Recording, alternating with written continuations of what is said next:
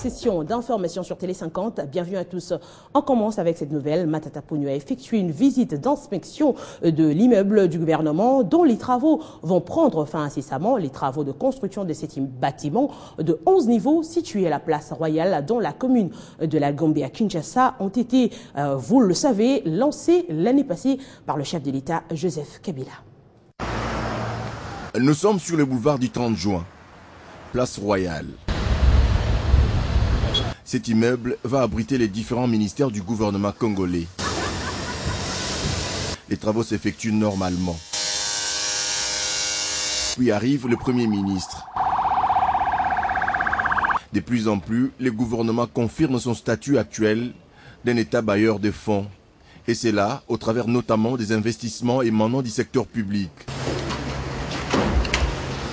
C'est donc le cas de l'immeuble du gouvernement des 11 niveaux inspectés ici par Matata Ponyo Mapon. Il n'y a pas un endroit où les faux plafonds sont posés. Tout est visité des bas en haut. Pour l'heure, les 5 premiers niveaux connaissent des grands travaux en rapport avec la finition. L'entreprise Crest CCM qui exécute les travaux s'active pour remettre l'ouvrage dans les délais prescrits. Mais... Alors, si on vous aide à accélérer maintenant, vous allez terminer à quelle fin janvier ou bien... Son Excellence, c'est un peu difficile. Maintenant qu'on va vous aider maintenant à accélérer, donc vous pouvez, quelle est la date la plus rapprochée maintenant qu'on va vous aider? C'est difficile à fixer pour le moment. Ok, merci beaucoup.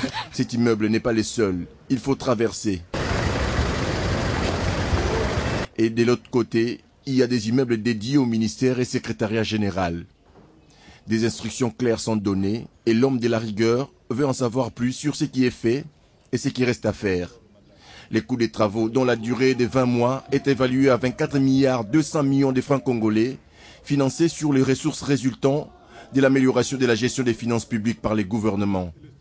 À noter que les différents immeubles de l'État congolais en pleine rénovation à la place Royale devront chacun accueillir 2 ministères, un cabinet d'un vice-ministre et un secrétariat général. Allez, on prend cette grande ambition de la République démocratique du Congo qui se veut pays émergent en 2030 et pays à revenus élevés en 2050. Une transformation structurelle de son économie et son industrialisation sont cruciales pour accélérer ce processus. Voilà de quoi il va s'agir lors de la conférence de 2 jours sur la croissance inclusive en République démocratique du Congo. Conférence qui débute ce 8 janvier déjà. Nous en parlons avec Vincent Ngonga, directeur de cabinet adjoint du Premier ministre. Bienvenue. Merci madame. Alors Vincent, quels sont les enjeux de cette conférence? Les enjeux de cette conférence, vous l'avez dit déjà à l'introduction de votre journal, c'est voir dans quelle mesure la marche de l'émergence de la RDC peut être assurée. Assurer la marche de l'émergence de la RDC suppose, entre autres, que la croissance économique qui est engrangé actuellement en RDC depuis une dizaine d'années, devient de plus en plus solidaire et de plus en plus partagé par la plus grande masse de nos populations. Et c'est en collaboration avec l'Université Harvard des États-Unis d'Amérique que le pays organise cette conférence. Qu'est-ce que la RDC gagne concrètement? Madame, ce que nous gagnons, ce sont d'abord les expériences qui viendront et qui seront exposés par les sommités intellectuelles du monde économique dans le monde.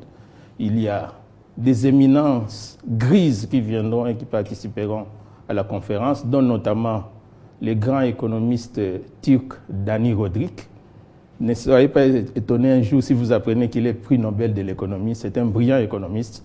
Donc ces expériences nous permettent nous-mêmes d'abord de nous remettre en cause par rapport aux politiques que nous menons aujourd'hui, de rectifier les tirs, les cas échéants, et de voir dans quelle mesure la croissance qui est sécrétée actuellement en RDC puisse profiter à un plus large éventail de nos populations. Et qui sont concernés par cette conférence?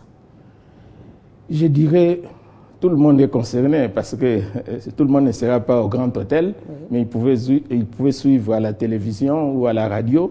Mais c'est une conférence d'abord de haut niveau, une conférence internationale de haut niveau. J'aimerais d'abord parler un peu simplement de la croissance inclusive, madame. La croissance inclusive est celle qui offre de nouvelles possibilités, de nouvelles opportunités, mais qui assure aussi l'égalité d'accès à ces nouvelles opportunités à toutes les couches de la population, notamment aux pauvres. Donc, c'est un grand défi, c'est un grand enjeu qui est de permettre à ce que lorsqu'il y a augmentation des richesses, que cette richesse puisse rejaillir sur les segments de la société en termes tant d'abord d'accès aux soins de santé, d'accès à l'éducation, d'accès au transport, d'accès à ce qu'on appelle la qualité de la vie. Merci beaucoup, M. Vincent Nganga. Je rappelle que vous êtes directeur de cabinet adjoint du Premier ministre Matata Ponyo et vous êtes donc à cet effet organisateur parmi les organisateurs de cette conférence. Exact. Merci beaucoup. Dans un autre chapitre, le président de l'Assemblée nationale, Oban Minakou, a pris part à la plénière de la commission mixte PAJ et aménagement du territoire dans la salle du banquet du Palais du Peuple face aux discordances constatées sur la délimitation du lac Kivu. Prenant la parole à cette réunion, Oban Minakou a donné des orientations pour trouver le point de convergence et les recommandations ont été formulées. Les experts de l'École nationale géographique devront consulter en vue de trouver une solution tranchée. Se trouvant devant une difficulté majeure, la commission mixte a fait recours à l'expertise du président de la Chambre basse du Parlement congolais, Oban Minakou Ndjalandjoko. Placé devant ces dilemmes sur la délimitation des eaux du lac Kivu, l'apport du président de l'Assemblée nationale a permis aux membres de deux commissions de pouvoir être éclairés sur la question. Pour le président de la commission aménagement du territoire, les orientations et recommandations faites à la commission devront donc permettre à trouver une solution consensuelle à cette problématique. Et le président nous a donné une voie de sortie qui a mis tout le monde d'accord. Donc il ne faut pas croire que les limites des provinces viennent morceler le pays en plusieurs parties. Non, le pays il est un et indivisible comme le dit la Constitution. Mais c'est pour besoin d'administration. Les recommandations de ce mardi feront l'objet d'un débat en plénière. Au cours de cet échange, les députés du Nord et du Sud Kivu auront l'occasion de présenter leur position sur la question et motiver leur argumentaire. Avec la décentralisation, il y a beaucoup de problèmes qui vont se poser, notamment l'accès à l'eau. La ville de Goma est alimentée à 100% par l'eau du lac Kivu. Si aujourd'hui on considère que ces eaux appartiennent au Sud Kivu, c'est que le Nord Kivu devra payer des taxes sur la consommation de l'eau au Sud Kivu, ce qui est inacceptable. Il y a la gestion des ressources sur les gaz méthane qui sont contenus dans le lac Kivu qui nous appartient en tant que patrimoine commun. Et donc, toutes ces questions font qu'il est nécessaire qu'on fixe des limites nouvelles qui tiennent compte de la décentralisation, qui n'était pas la vision du colonisateur. En plénière comme en commission permanente, les élus du peuple s'activent à l'ouvrage pour doter le pays de textes de loi novateurs dans tous les secteurs de la vie sociale. Direction l'Est du pays où le commissaire général de la police vient de boucler sa tournée d'inspection. Charles Bissingimana se dit satisfait du travail abattu par ses hommes dans la province du Nord Kivu en général et à Béni en particulier. Le commissaire général s'est ainsi exprimé au cours de la causerie morale. Il a présidé à l'intention des éléments de la police nationale congolaise affectés à Ouika, Béni, Boutembo et Roubero, parade organisée à la cour de l'état-major de la PNC ici en ville de Béni. C'est en présence du commissaire municipal provincial, le commissaire divisionnaire adjoint, Vital Awachango, commandant de la police au Nord Kivu. Le commissaire divisionnaire, Charles Bissingimana, a d'abord, au nom du chef de l'État et commandant suprême et FRDC de la police nationale congolaise, tenu à remercier tous les éléments de la PNC pour leur travail remarquable abattu dans la région de Béni. Mais cela n'a été possible que grâce à la collaboration avec les autres services de sécurité et la population civile a-t-il répondu avant d'encourager ce mariage qui pour lui constitue la racine de la sécurité. Tout en rappelant la mission de la police, le patron de la PNC a par ailleurs déclaré sa satisfaction suite aux différents rapports présentés par les autorités politiques administratives et la société civile locale sur le travail des éléments des forces de l'ordre à Béni en particulier et au Nord Kivu en général. Mais quelques difficultés pour quelques heures, ces derniers ont également été passés en revue, notamment celles liées à la logistique, le retard outrement non-paiement de certains éléments de la PNC. Et des unités d'intervention doivent être préparées pour ces éventualités, a conclu le commissaire général des commissaires divisionnaires Charles Bissey-Dimana avant de prendre son avion pour Goma en début d'après-midi. Martial Bendelo, évitez le 50. Comment fonctionne la Maison des Congolais de l'étranger au ministère des Affaires étrangères? Comment fonctionnent les services de capture pour l'obtention du passeport biométrique, particulièrement pour les Congolais de l'étranger? Réponse dans ce reportage. Nous étions dans la suite du vice-ministre de Congolais de l'étranger, parti s'imprégner de la situation. C'est une visite surprise. Vraiment surprise, qui débute à la direction de la Maison des Congolais de l'étranger, où le vice-ministre Antoine Boyamba reçoit toutes les explications sur le fonctionnement de cet office. La première fonction de cette salle, c'est le service de domiciliation.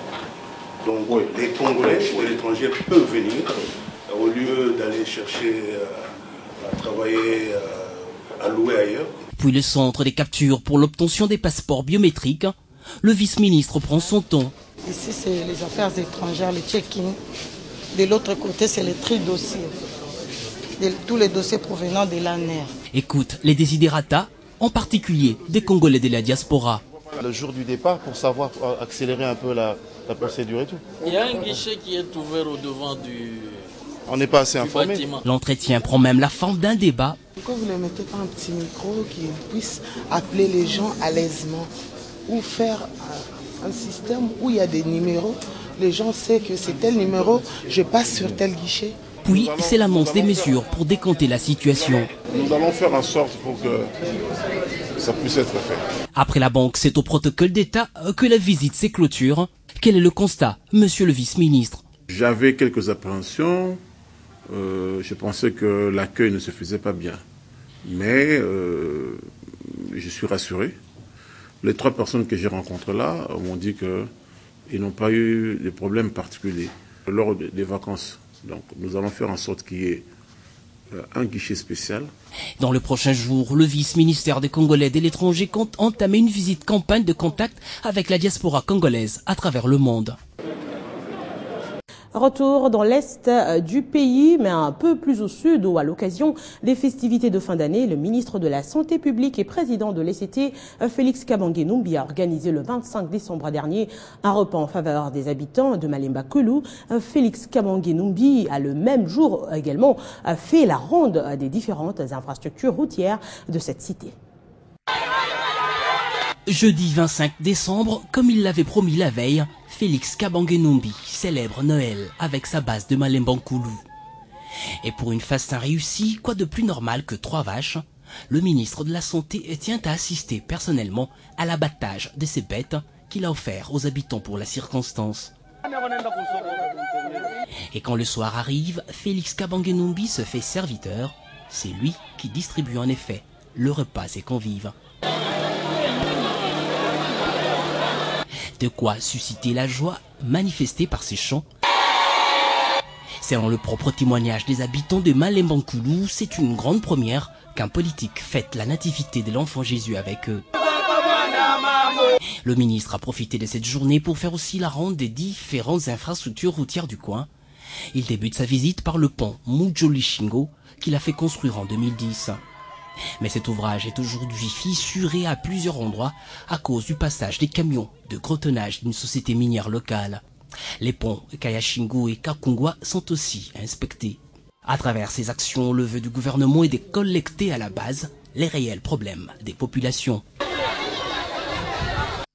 À l'Office de gestion de frais multimodal, le directeur général Anatole Kikwamwata place l'année 2015 sous les signes de la continuité dans la matérialisation de la modernité, la vision initiée et exécutée par le chef de l'État Joseph Kabila. Il a déclaré ce mercredi au cours d'une grande cérémonie d'échange de vœux entre la haute direction de cet office et les agents et travailleurs. Anatole Kikwa, qui a par ailleurs invité le personnel à éviter le tribalisme, le colportage et le mensonge, facteur de déstabilisation de l'entreprise.